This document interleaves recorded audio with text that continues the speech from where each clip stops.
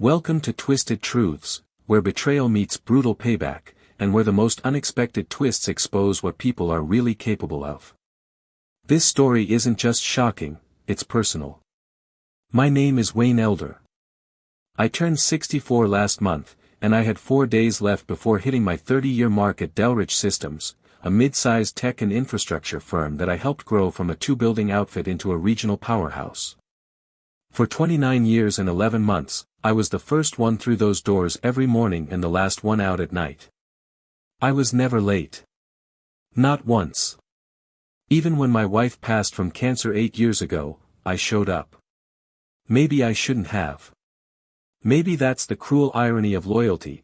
By the time you realize it's one-sided, the damage is already done. They told me I was being let go on a Tuesday. It wasn't even in person at first. Brandon Lee, the new blood CEO they brought in from some consulting firm 3 years ago, sent me an Outlook invite titled Personnel Review, Wayne Elder. I didn't think much of it. Just figured it was one of those formality meetings. Budget talk. Maybe an update to our maintenance vendor policy. Instead, I walked into the conference room and found Brandon already seated at the head of the table, tapping on his MacBook like I wasn't even worth looking at. Wayne, he said without lifting his eyes, I'll get right to it. We're restructuring. It's not personal. I know you've been with Delridge for a long time. 29 years, 11 months, I cut in. I started January 3, 1995. He finally looked up. Right. Well, we're moving in a leaner direction. Your role is being consolidated into our general facilities management team. This is standard. I'm sure you understand. Business decisions. I looked past him, out the glass wall into the office floor. I saw a new guy, some kid barely out of college. I'd trained him 2 weeks ago on how to reset the backup generators manually. He had no idea I was being fired while he adjusted the thermostat I installed in 2006. Brandon slid a manila folder across the table. Termination letter. Final paycheck stub. Severance. A polite but firm breakdown of why I would not receive my full retirement benefits. Apparently, I hadn't, technically, reached the required 30 years. According to their system, my service record showed 29 years and 10 months. Just shy of eligibility. They called it a clerical update. I called it what it was, a setup. They'd waited until I was just days from qualifying for full pension payout, then fudged the numbers. 1 month off meant I walked away with a fraction of what I'd earned. I signed the papers with the same company-issued pen I'd carried for years, the ink nearly gone. I unhooked my ID badge, worn smooth from thousands of swipes, and dropped the ring of master keys into Brandon's hand. They felt heavier than ever. As I walked out, not a single coworker made eye contact. Not out of cruelty. Out of fear. It was quiet in the parking lot. Just me and my truck. I sat for a moment with the engine running, staring at the building I'd practically built from the inside out. Something didn't sit right. But I couldn't name it yet. I didn't go home right away. I drove past the old satellite office I helped wire for high-speed back in the early 2000s. Past the lot where I once slept in my car during a snowstorm just to make sure the heating wouldn't fail overnight. My wife used to joke that I loved that building more than her. She wasn't wrong. And now it had turned its back on me. That night, I sat at the kitchen table in silence, staring at the termination packet, rereading the words, "We regret to inform you," like they might change the 50th time around. They didn't. I pulled out my employee handbook, the old one, the one from before Brandon arrived and started modernizing everything. And that's when I found it. Page 43, employees with 30 years of continuous service or who reach age 65 will receive full retirement benefits. I was 64 and 4 days away from 30 years. But the paperwork Brandon gave me, it said I was terminated at 29 years, 10 months. That couldn't be right. I dug out my pay stubs, tax records, even the offer letter from when I was hired. January 3, 1995. It was all there. Then I remembered something else. A memo Brandon sent out a few weeks ago. One of those corporate fluff emails no one reads, but I had. I'd even printed it. It said, effective immediately, all retirement benefit calculations will honor previously defined service criteria in the employee handbook. Their own words. Their rules. And yet they broke them. The next morning, I made a phone call I hadn't thought I'd ever need to make. Not to a lawyer, I couldn't afford that. Not yet. I called Janice Morgan. Former head of HR at Delridge for over a decade. Retired last year. She was always one of the good ones. Fair. Honest. Sharp as a tack. My wife used to call her the last straight arrow in the corporate jungle. I wasn't sure she'd even remember me. But when she picked up and I told her my name, she said, "I heard what they did to you, Wayne. And I've been waiting for your call." Janice invited me over that same afternoon. She lived in a modest brick house with a manicured lawn that she probably maintained with the same precision she once brought to Delridge's HR department. When she opened the door, she was already in work mode. Legal pads stacked on the kitchen table. Reading glasses on her nose. Coffee brewing. "You kept everything, right?" she asked, not even waiting for me to sit down. I dropped 3 file boxes onto her table. Pay stubs, memos, employee handbooks, performance evaluations, organized by year. My wife had been the meticulous one. After she passed, I kept doing it. Out of habit, or maybe hope. Janice leafed through the paperwork in silence, her finger tracing dates, numbers, signatures. She stopped cold on the offer letter, January 3, 1995. Her eyes narrowed. "Brandon's report says you were hired in March." I nodded. "They shaved 2 months off." She tapped the table sharply. "That's not just unethical, it's illegal. Especially if it's meant to deny vested retirement benefits." "But how do I prove that?" I asked. "They'll say it was an error. A technicality." "You don't prove it," she said, standing. "We let the Department of Labor prove it." The days that followed blurred into each other. I didn't sleep much. My house, once filled with the hum of purpose, felt empty and unfamiliar. I didn't belong at Delridge anymore. But I didn't belong outside of it either. My identity had been tied to that place for 3 decades. What was I now? I avoided the grocery store. I didn't want to run into old coworkers. I didn't want the pity. It got worse when Brandon called. "Wayne," he said, like we were still on first-name terms, "I heard you've been talking to Janice. I'd advise against any rash moves." I didn't answer. He continued, voice calm but with an edge like a razor. "Just remember, we know a lot about our employees. Records, incidents, even comments made during meetings. You wouldn't want anything complicated to come up if this gets dragged into the public eye." It was a threat. Polished, but naked in its intent. I hung up and unplugged the phone. That night, I sat in the dark, sipping bourbon and replaying the last few months in my head. The exclusion from meetings. The revised project scopes. The sudden appearance of that new hire shadowing my tasks. I should have seen it coming. But more than anything, I thought of my wife. She'd always believed the company would take care of me. That my hard work meant something. I couldn't shake the image of her holding my hand during chemo, whispering, "Just a little longer, Wayne. You're almost there. Then we can rest." 4 days. That's all I needed. And they took it from me. Janice called the next morning. "They've opened a preliminary inquiry," she said. I spoke with the lead investigator personally. His name's Simon Griggs. He's good. Passionate. And pissed. Why pissed? I asked. Because you're not the first. That hit me harder than I expected. 3 other employees. All terminated just before hitting 30 years. 2 of them were now bagging groceries. The third was living in a trailer out of state. I remembered them, Jeff from maintenance, Donna from payroll, and Glenn from supply chain. All good people. All gone before their time. It wasn't just a mistake. It was a system. I started keeping a journal. Every call, every email, every memory that might matter. I wrote it down like scripture. Like proof that I had existed inside those walls.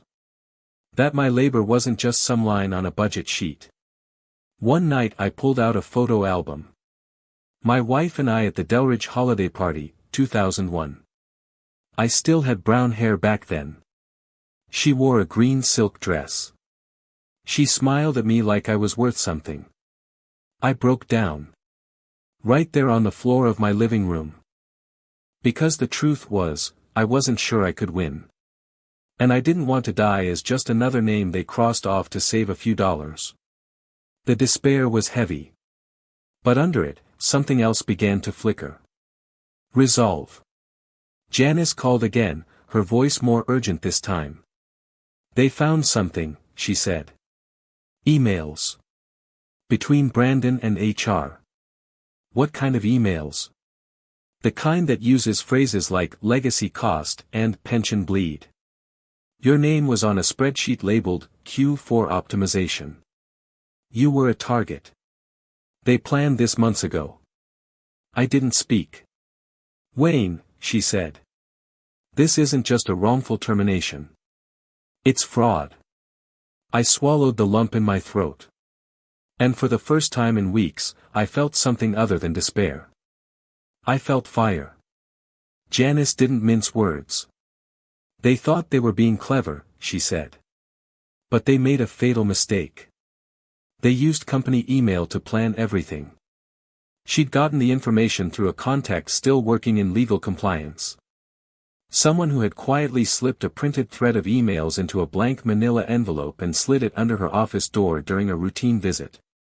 What those emails revealed hit me like a punch to the chest. It wasn't just about me. Delridge Systems had systematically targeted employees who were within 6 months of vesting into their full retirement benefits.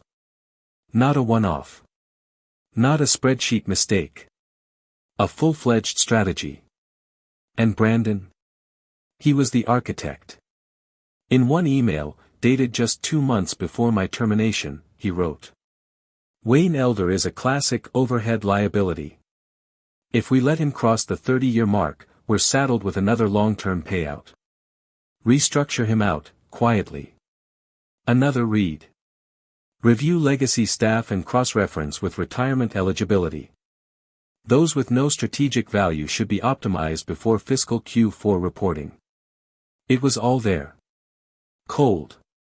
Calculated. Clinical. I sat at Janice's table in stunned silence, the printed pages trembling in my hands. She reached across and put her fingers gently over mine. You have them, Wayne. This isn't just evidence, it's a smoking gun. We immediately contacted Simon Griggs, the investigator from the Department of Labor. His tone had changed. I'd suspected something, he said, but this confirms it. We've seen this tactic before, terminate older employees right before their benefits kick in, fudge the service dates, and bury the paper trail. But the emails make it irrefutable. They laid out the whole game plan in writing. He told us that Delridge Systems was already under quiet scrutiny. 2 other complaints had come in within the past year but lacked solid evidence. Mine changed everything. They weren't sloppy, Simon said, but they were arrogant. And arrogance leaves trails. Then came the twist.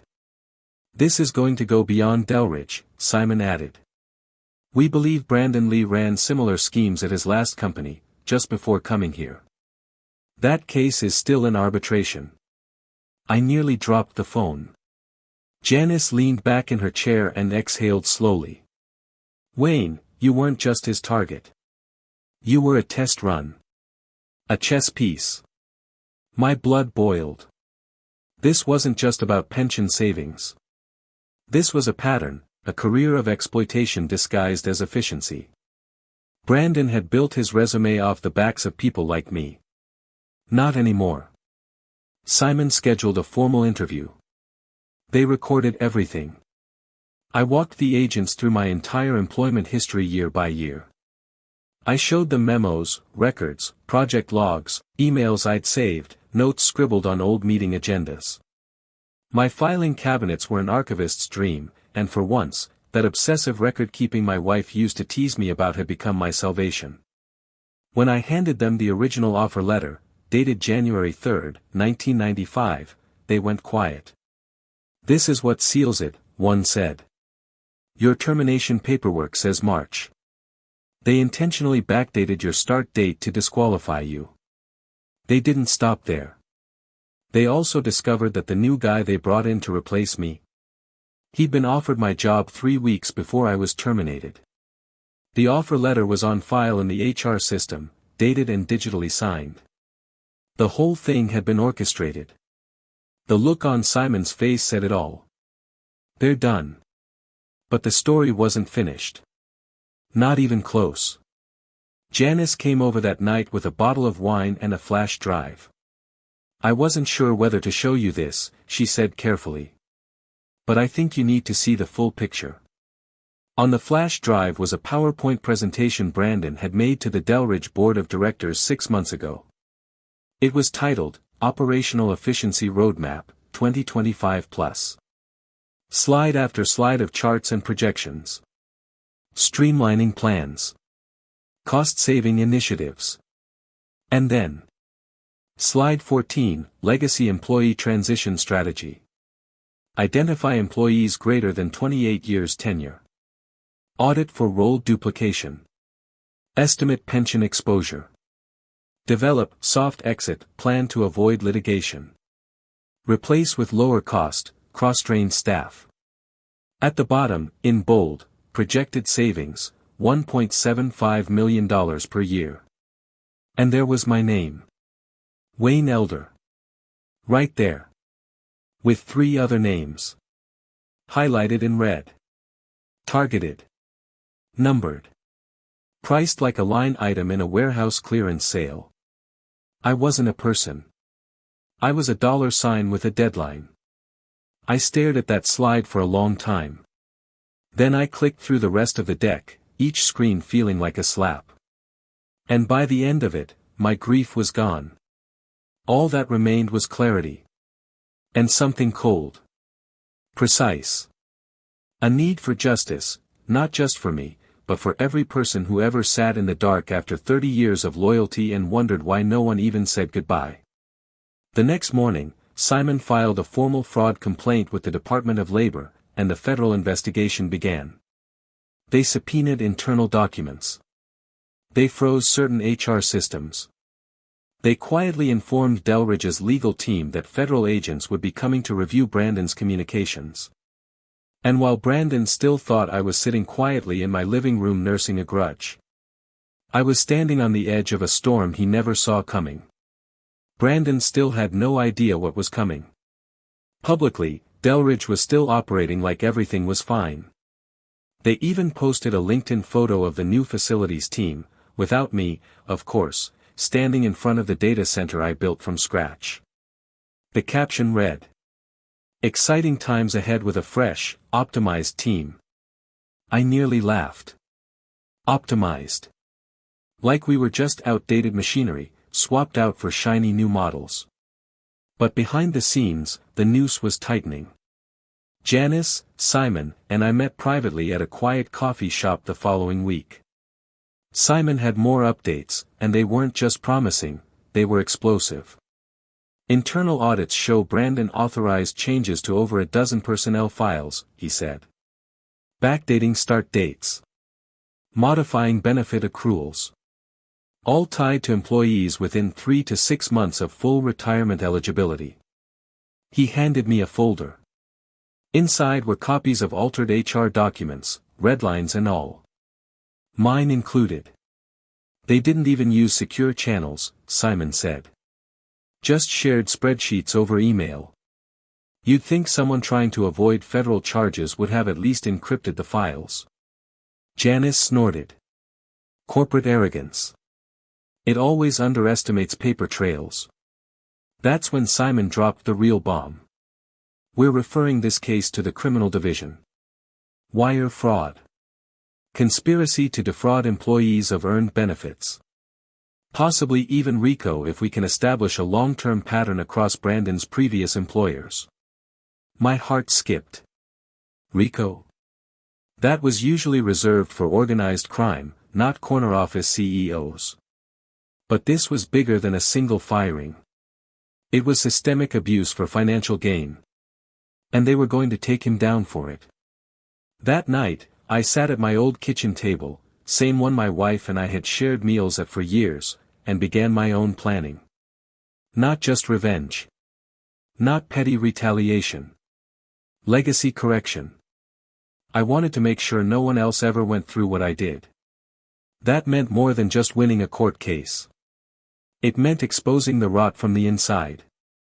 So I started documenting everything, for public eyes. A timeline. A blog draft. A manifesto, really. Part confession, part cautionary tale.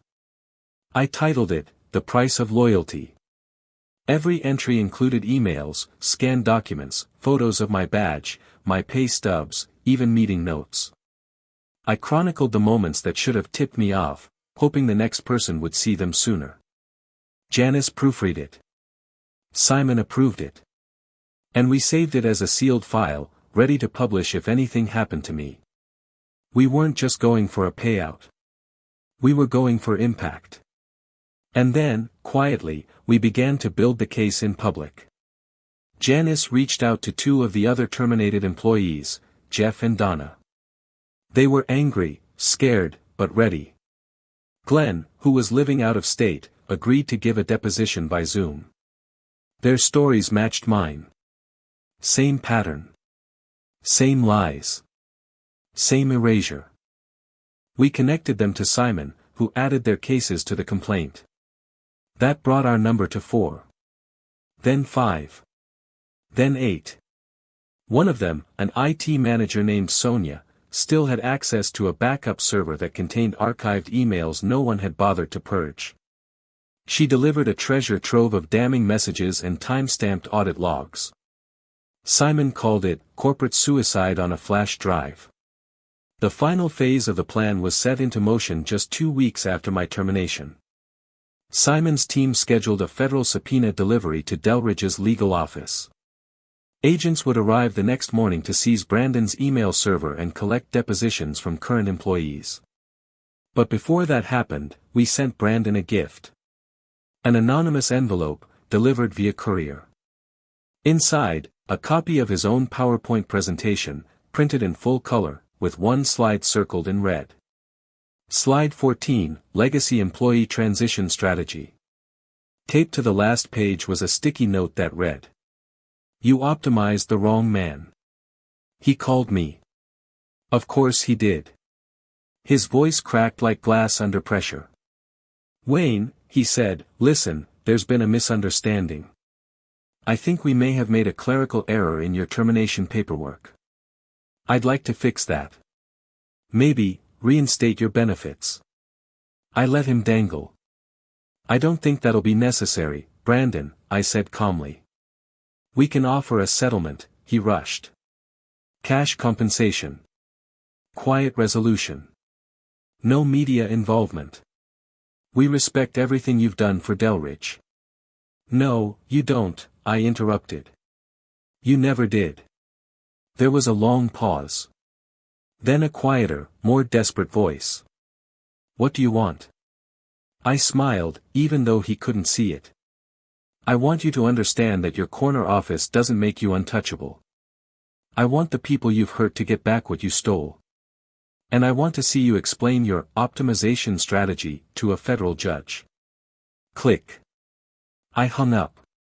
That night, Janice and I toasted with 2 dusty wine glasses. It wasn't over yet. But for the first time in weeks, I felt something I hadn't felt since the day I was fired. Control. The pieces were in place. The storm was coming. And this time, Brandon would be the one standing in the rain, holding nothing but a severance letter with his name on it. The morning of the federal raid, I parked 2 blocks from Delridge Systems. I didn't need to be there, but I wanted to be.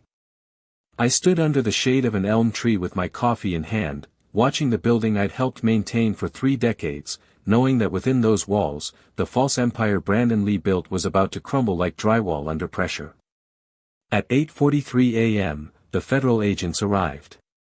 3 black SUVs. No sirens. No spectacle. Just business. They marched in with boxes, laptops, scanners, and badges. And a federal subpoena with Brandon's name printed in bold. By 9:05, the company's main servers were being imaged.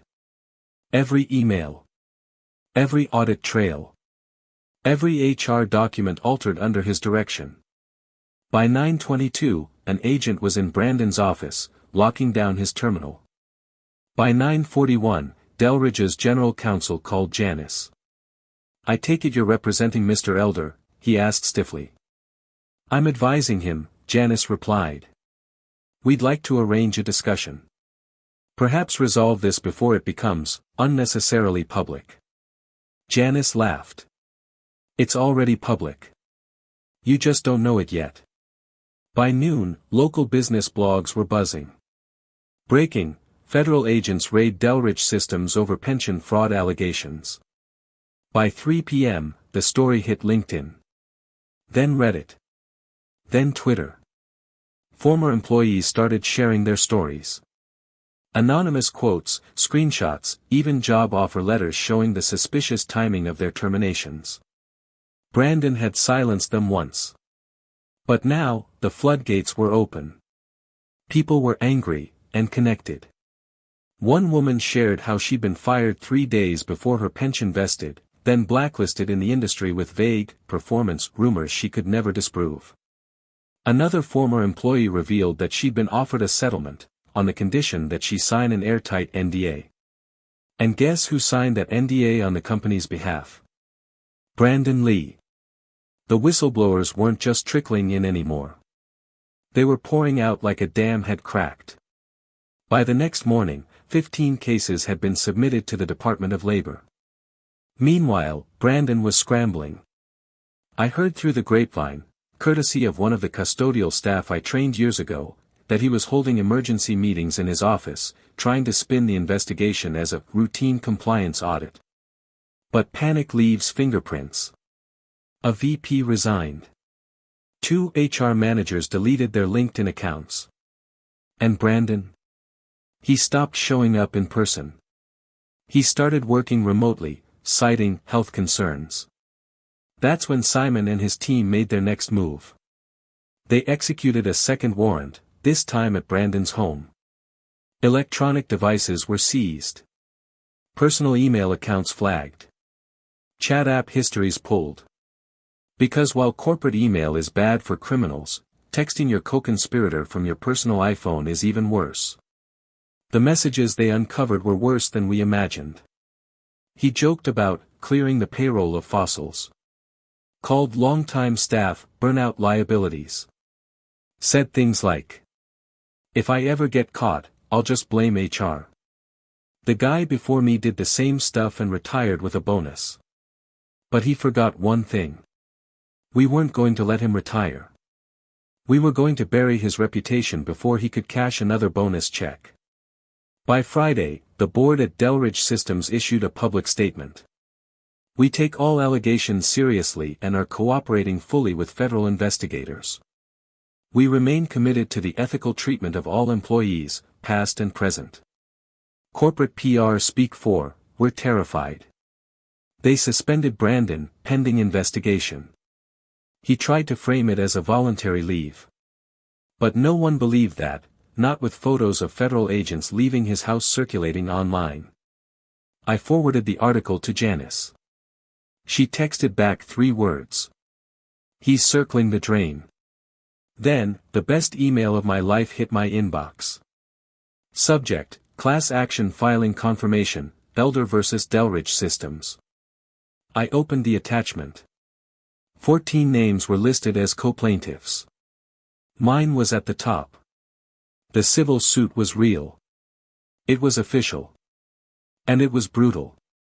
Charges: intentional misrepresentation of employment records, conspiracy to deny earned benefits, violation of federal pension protection statutes, emotional distress, retaliatory termination. The complaint quoted emails and chat logs. It named names. It outlined the losses we'd all suffered, financially, mentally, personally. And then came the dagger. An appendix that listed the projected value of each employee's lost pension. Mine alone was $212,800. Multiply that by 15 plaintiffs, and suddenly, Brandon's cost-cutting strategy was looking like a $3.2 million disaster. By the following Tuesday, the media caught wind of our class action.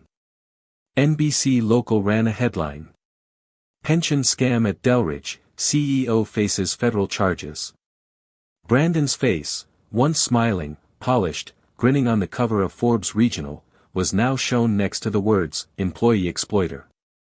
The only thing missing was a mugshot.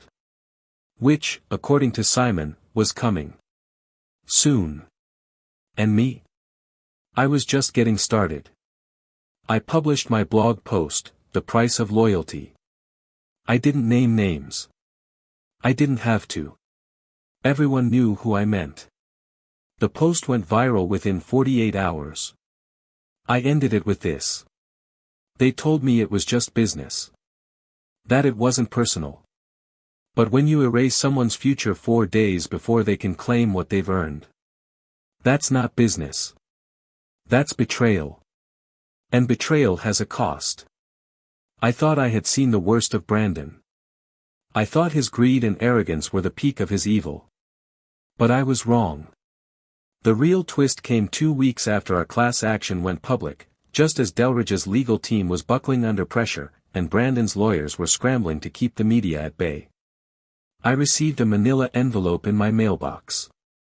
No return address. Inside was a printed letter and a USB stick. The letter was typed, short and direct. I worked under Brandon at his last company before he came to Delridge. He destroyed my life. They paid me to stay quiet, but I can't live with it anymore.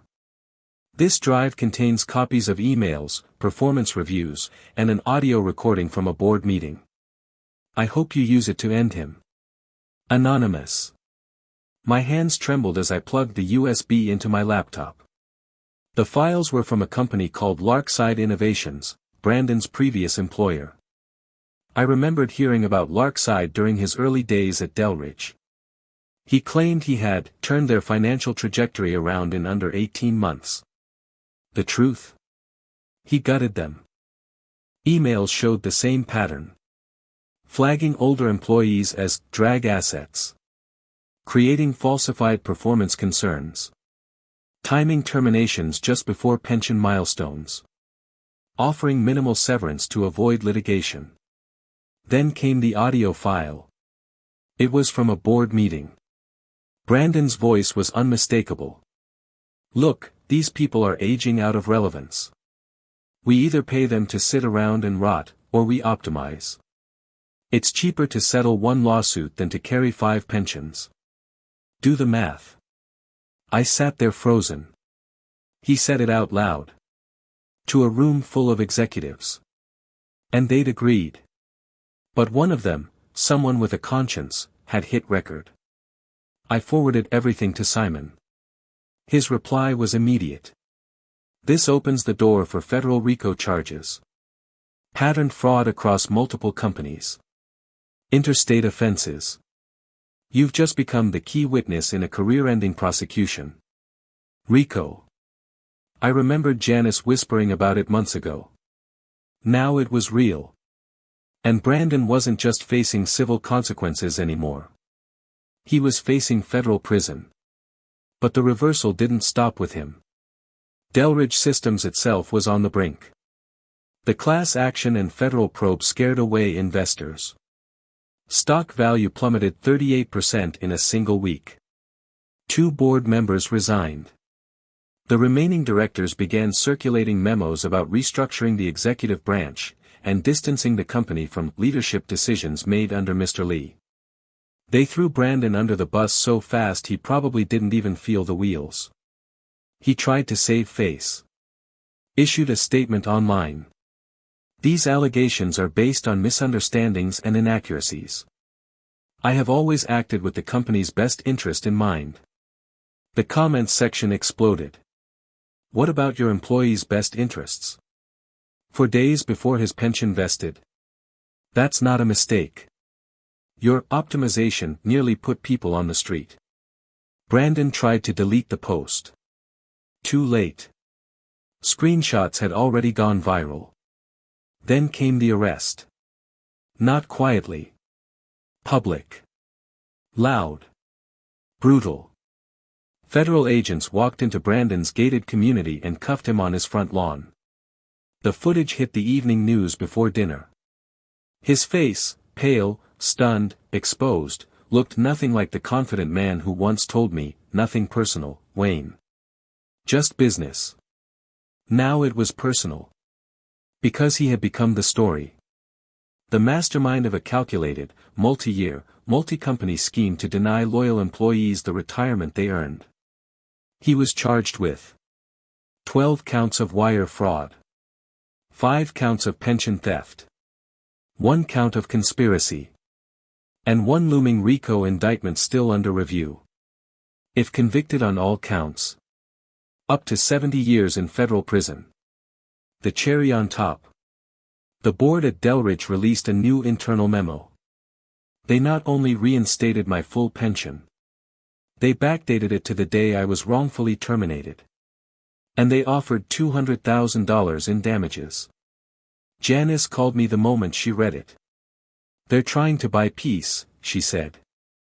I shook my head. No. They're trying to survive. She smiled. Let M bleed a little longer. But the most powerful reversal? It wasn't the money. It was what happened when I walked into Delridge again, this time, not as an employee, but as a consultant. Yep. You read that right. Their new board, desperate to save face, hired me as a temporary advisor to help overhaul their retirement compliance policies. The same man they tried to erase from history, was now being paid to make sure no one ever pulled a Brandon again. I stood in that building, looked around the conference room, and took a breath. I didn't want the job. But I took it, for one reason. To make sure the next generation wouldn't have to fight the way I did. It's strange, walking the halls of a company you once gave your entire life to, after the dust has settled. Some of the same people were still there, though quieter now, humbler. Others were gone, casualties of the fallout. Brandon, of course, was long out of the picture. By the time his trial began, 27 employees had joined the class action suit. The federal RICO charges had been formally filed. Investigators traced his pattern of benefit denial schemes across 3 separate companies over the last 10 years. The testimony from former HR heads, IT managers, and quiet whistleblowers painted a clear and damning picture. His smugness finally cracked when the audio recording of the board meeting at Larkside was played aloud in the courtroom. There was no escape from that. He looked small. Not just legally, but spiritually. Like a man finally realizing the mirror had caught his true face. Brandon Lee was sentenced to 22 years in federal prison without parole. His assets were frozen. His corporate reputation burned. No tech company in the country would touch his name without gloves. Delridge Systems changed, too. The board was restructured. New ethics protocols implemented. Pension audits became mandatory every quarter. Employees were encouraged to report any discrepancies anonymously. And for the first time in years, the company issued a public apology. They named each of the wronged employees in a corporate town hall meeting and formally reinstated their benefits, with compensation. I watched it from the back of the room. They invited me to sit up front, but I declined. I wasn't doing this for applause. I was doing this because it was right. Because my wife once told me, "You can't fix every broken thing, Wayne, but you can choose which ones are worth rebuilding." The money from the settlement was generous. My pension now arrives like clockwork. The back pay. It sits mostly untouched in savings. I used a bit of it to fix up the old workshop out back. Bought some better tools. Refinished the oak cabinets. Rebuilt the cracked porch railings with my own hands. Sometimes, healing starts with making something new. I also built a new bookshelf for my daughter, solid walnut this time, hand-carved, no shortcuts. When I gave it to her, she hugged me and whispered, "I'm proud of you, Dad. You didn't let them win." I didn't reply. Because I didn't need to. One day, about 6 months after Brandon's sentencing, I got a letter in the mail. No return address. Just a folded sheet of paper and a check. The paper read. I was one of the board members in that Larkside meeting. I didn't speak up then, and I live with that regret every day. I saw what you did, Wayne. You reminded us that silence makes us complicit. This is a small contribution toward what you built, not just for yourself, but for everyone who thought no one would ever stand up. Anonymous. The check was for $10,000. I donated it to a retirement justice fund Janice and I helped set up. It now offers legal support for employees nationwide who suspect wrongful termination tied to benefits manipulation. Now, I wake up when I want. I tend my garden. Fix things for neighbors. I play chess at the library with a group of retirees, most of whom worked blue-collar jobs and understand too well what it means to be optimized. Sometimes I speak at local colleges, on ethics, on labor rights, on the high cost of silence. I always end with the same line. Loyalty without protection is just another word for sacrifice. So that's my story. I gave 29 years and 11 months to a company that tried to erase me for profit. They failed. Because I kept records. Because I had people like Janice.